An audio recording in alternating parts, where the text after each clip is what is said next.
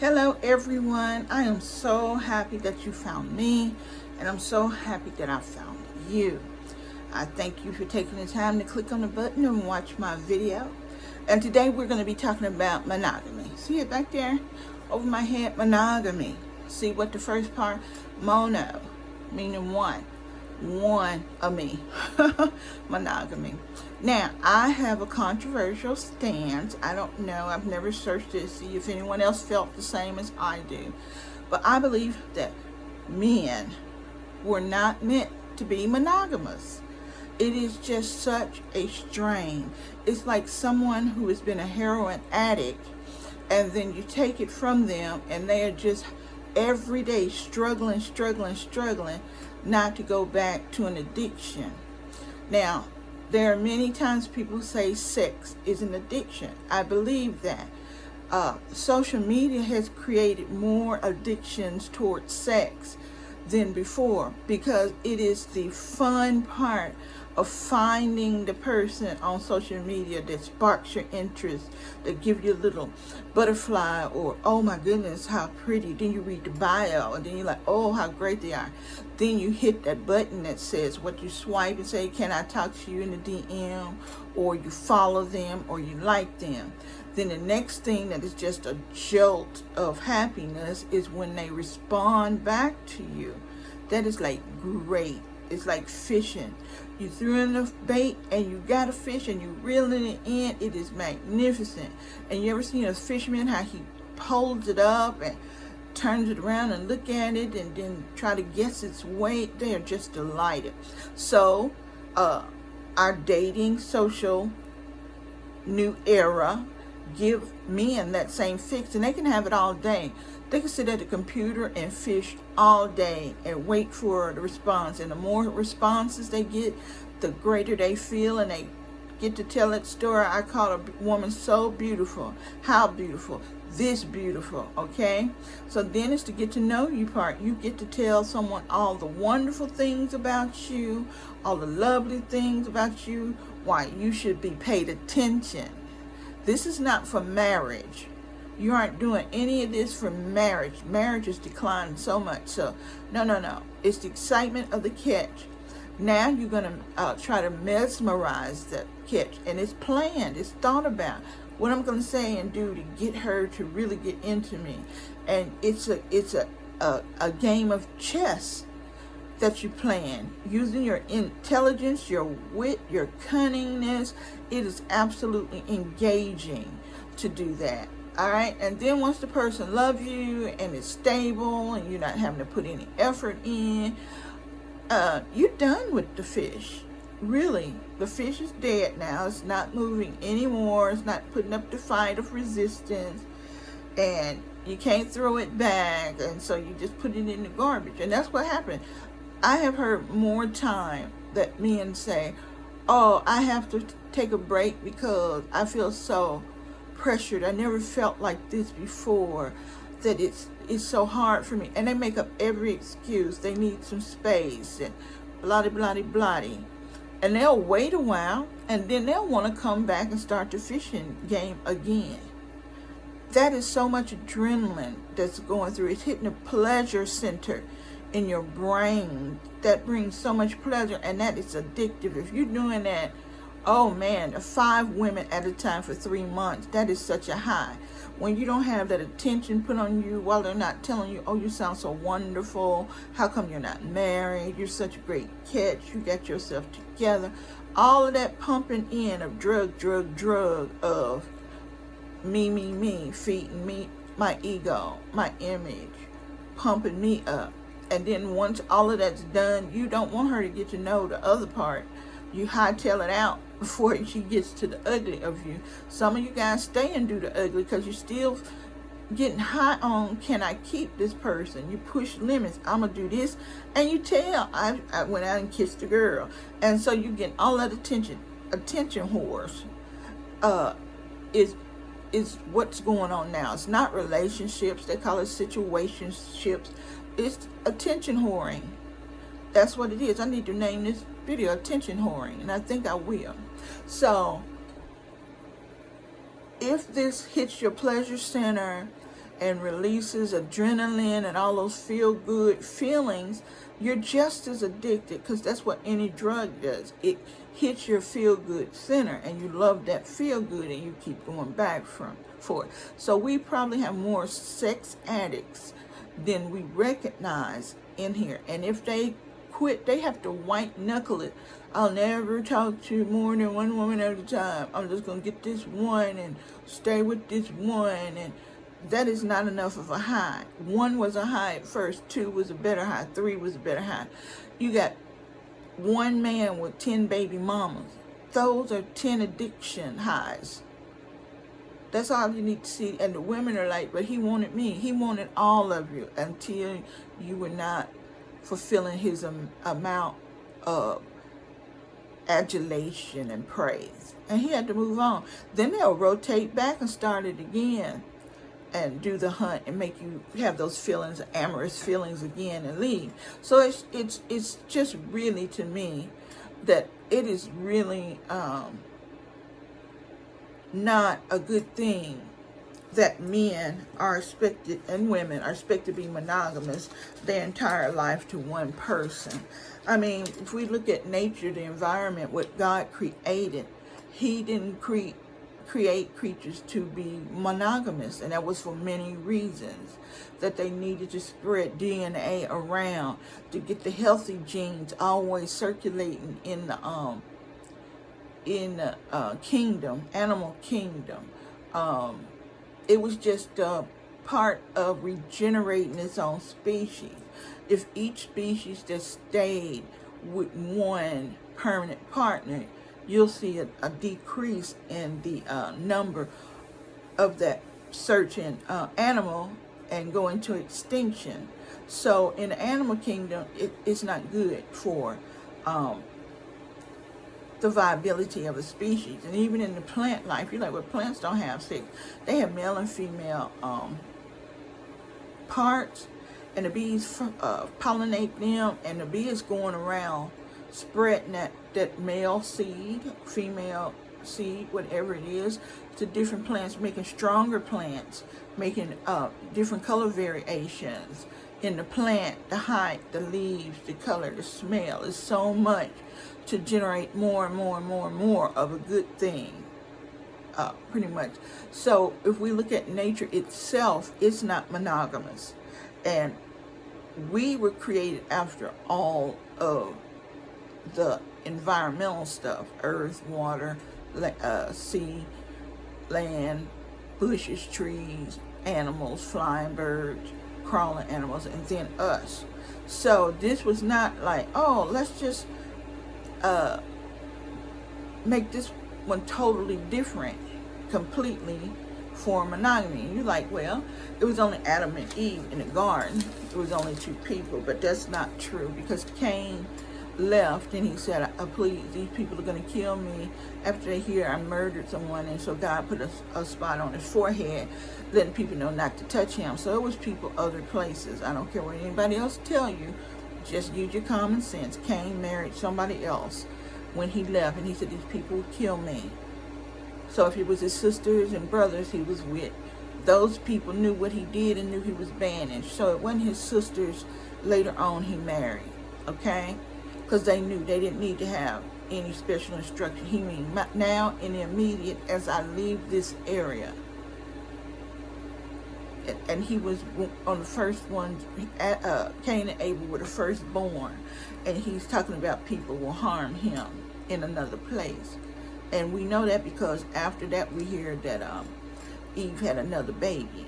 So when people want to pop up, oh, it's his sisters that found him wherever he roamed off to, and he married them and have children. Have at it. But I'm just here to tell you, no. You know that ain't even plausible in your mind that you're making up sisters to go find him and have sex with him and get married. He didn't need a mark. I'm sure his parents told them about their brother out there. Don't go marry him. Okay, so like I say, like what you see, I don't know why you think you're so much out of the universal plan for life. Okay, now I want to say there's 10 animals. You think of the entire animal kingdom, and these are 10 animals that are monogamous. Okay, and we have the macaroni penguin, sandhill crane, seahorses, the gray wolf, a barn owl, shingleton back skink, and that looks kind of like a lizard, a salamander lizard, a bald eagle, gibbon apes, they little bitty apes, the gibbon apes, little light brown, tan, orange, blonde looking one, a black vulture, and beavers. That's it. Out of all of the creation, these are 10 that stay together, are monogamous.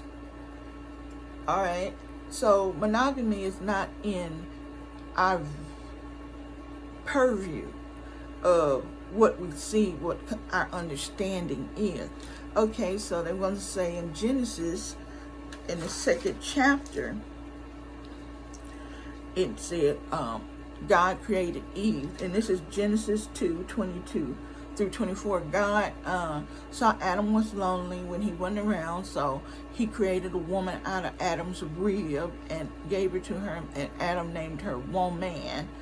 And it says, we are one, flesh of flesh. Now we are one, man and woman.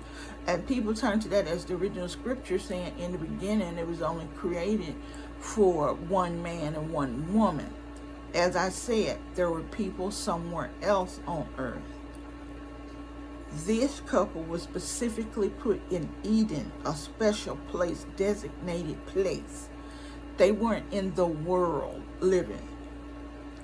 The Garden of Eden was a certain place on earth that he had that man, Adam, specifically put there. And then he saw he was going to be alone, and he made a woman and specifically put her there. There were happenings going on in the rest of the world. When they sinned, they got put out of Eden, the Garden of Eden, into the rest of the natural earth. So read that and understand. So somehow coming up with that the rule was one man, one woman becoming one flesh. It doesn't say anything about multiple marriages, does it? It's no restriction there. We just hear that that couple was one. So if you're going to say that was the intent in the beginning, what happened? Who decided to start marrying a lot of people? How did it come about? So I just want to look at different points. Excuse me, I have to get water. About, I think men should marry several wives. I really do think they should have more than one wife. And I'm going to be saying, like I said, it's like white knuckling it, trying to remain monogamous when you probably was never created for monogamy. Because the Old Testament is full, absolutely full of multiple marriages. So it wasn't out of the ordinary. Everyone did it if they wanted to or not. Nobody was going around keeping a rule book. Get you one wife and sit your tail down. That wasn't what was going on. So man, as he go, will create things and will put scripture down, pull up one scripture and tell you what it's supposed to be forever. Just one. But when it's a biblical fact, it repeats. It's not one time. Okay? You can't tell me 6 times the sky is blue. The sky is blue. The sky is blue. And all throughout the Bible, then someone pop up and say, behold, the earth, the sky is pink, and we will celebrate. And they will point to that one thing and say, see, sky was never blue, it was pink. You got 6 things saying, so why wasn't that out of the ordinary that one time? One time. But several times, and it didn't say, let's get rid of the blue sky and have a pink one. There was no ending to what was to put new. This was a one-time thing, and you should not put all your pennies on a one-time thing. You need to bet on the horse that was 6 times the sky was blue. Okay, so in Deuteronomy 25, 5 through 6, this is what we call the Levirate marriage. Okay, so if you and your brother live together, or brothers, it don't matter the number, live together, and each of you are married and or not married. The brothers may be or may not be married. It really don't matter. But if your brother dies and does not sire a child by the wife he had, it's up to the brother to marry that widow of his brother, and the first son born to her will be given his name to carry his name on, so to be spoken on the land still. So that brother, you may have one brother, he's already married.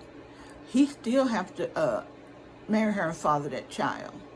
That's what is called a Levirate marriage. It's a sin for him not to. It was very important for names to carry on.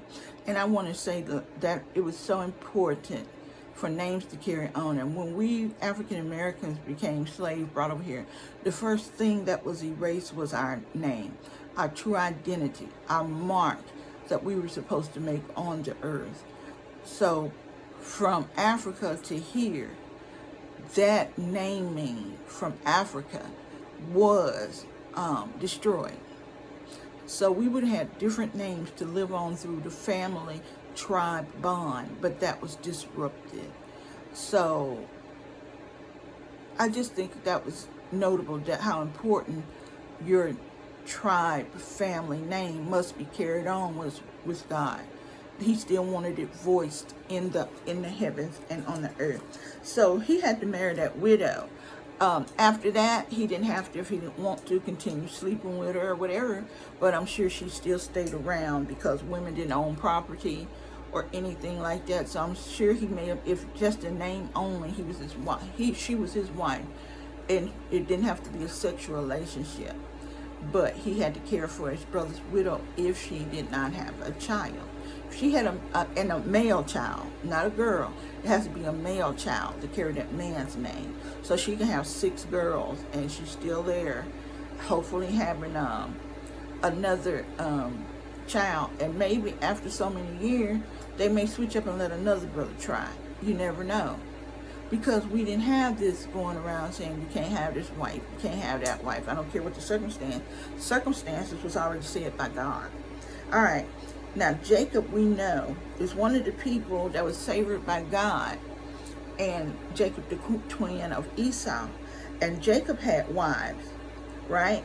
His first wife, Leah, Rachel, Bilhah, and Zilpah, which gave him 12 sons and 1 daughter. So Jacob had 13 kids with how many wives? Posted in with 4 wives. 4 wives. And that's in Genesis 29, verse 31. So even this child favored by God, we know he had 2, but he actually had 4. And out of those, they were so highly prized, became the 12 tribes of Israel. And that was born out of a polygamy marriages. So it wasn't frowned upon at that time. We have several other examples. A lot of them in the prophets, a lot of the kings, just regular people, and names that aren't too familiar, we aren't familiar with as their role in the Bible. But here are some that you would probably know their names. Esau, like we said, the twin to Jacob. Esau had several wives. Solomon, bless his heart, had 700 wives and 300 concubines. And I want to say this about Solomon. They said Solomon was the wisest man on earth. God made him the wisest, and they said no one else will be wiser than you that is born from here to eternity. So this wisest of wise men had 300 wives. And we would look at him and say, oh my God, that is not wisdom, because who would be there with those wives? I said, did I say 300? I meant 700 wives. And in his wisdom, something had to tell him this is something that could be done, should be done, and was a smart move. So if we want to mimic the wisest person, Solomon, he had treasure trove of wives and concubines. Okay, so we got Solomon, Laman, who was the son of, no, it's Lamech, son of Cain, Moses, Gideon. King David had 8 wives. You see what is going here? Highly favored people had multiple wives. Okay, Abraham had multiple wives. I didn't know that. I don't know why I didn't know that, because all we talk about is Sarah. But I did know her maid had the baby, and once she was pregnant, she got lifted out of maid status to wife status. Because back then, of course, it would have been a sin to have children and leave them fatherless. So we have that. Then people point to Corinthians and say, do you not know that he who is joined to a prostitute becomes one body with her? For as it is written, the two shall become one. So we go back to Genesis and we say, all right, he told the Adam and Eve they were one flesh, right? They were separate, then they came together and they're one flesh. This in Corinthians suggests if you have sex with a prostitute, you become one flesh. And that's showing no matter who you have sex with, you become one flesh. If you have sex with your wife, you're one flesh. You're an engaged person, you're one flesh. The prostitute, you're one flesh. The thought of the neighborhood, you become one flesh with who you have sex with. People take sex so lightly that it is crazy. They have now come up with scientific evidence showing that women retain DNA from sex partners' sperm. Okay, and then we have cervical cancer, and they say that is a factor of multiple partners that creates cervical cancer. And I think and believe, because there's so many different sperm leaving its imprint on the cervix, whether you get pregnant or not, it's making a mark in your vagina and your cervix, that goes rampant. It eventually goes rampant and cannot recreate. That's what cancer do. It recreates mutant cells. So people with multiple sex partners have higher possibilities of having cervical cancer. So you can look that up and research it, please. All right. So it said, even if you have sex with the prostitute, you all have become one flesh. And it didn't mean you married her. Everybody know what you do with prostitute. You pay them, go look up and pay them some money and have sex with them and leave. But he said, even then, you become one flesh. So there's a lot of marriages by Old Testament standards that people don't realize.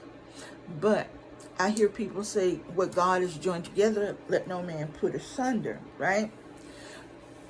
Every sacrifice that was done in the Old Testament had the spilling of blood to make it so. Once a year they had to go to the capital and give an offering, a blood offering, and the thing was killed, and the priest taken to the high priestess, right? Priest. So the same thing throughout the Bible, there is a sacrifice of blood that bonds. When God made the pact with Abraham that his generation, it would be generational, that we have more children than he can count the sand. There was a covenant made. There was blood spilled during that covenant. Blood seals a covenant, a promise. We don't say swear, but the Bible said don't swear. A long-lasting agreement that cannot be broke through blood, right? And so that's what they do when they make prayers. Share blood, spill blood, so it will be a covenant between me and you, God. Is a covenant, okay? So when they were saying women should be virgins, the thing that they used to do is put a sheet under them on the first night of the honeymoon when they have sex. The man breaks the hymen, you can see blood, a little blood from the semen mixture in her vaginal blood. And they're like, yes, she was a virgin, but that also is the spilling of blood. that man and woman have now made a covenant. That man and woman are in covenant with the spilling of blood to have this relationship and promise to death do you part. And they're not supposed to break that blood covenant with their wives. That's why they say you can't get divorced, you can't leave and remarry, blah, blah, blah, and you have a husband. So we don't pay that any attention anymore. And like we said, we do live in the New Testament, but we need to have the understanding. What it say? The Old Testament is like the precursor to the New Testament. It lays down foundations of understanding that now you can understand and see where the New Testimony is coming from and wants to improve that which was. So a man married a virgin, and in the scripture, if Deuteronomy, if a man rapes a virgin, he must marry her. He must. If he refuses, he's banished outside of the city. But it's so crazy.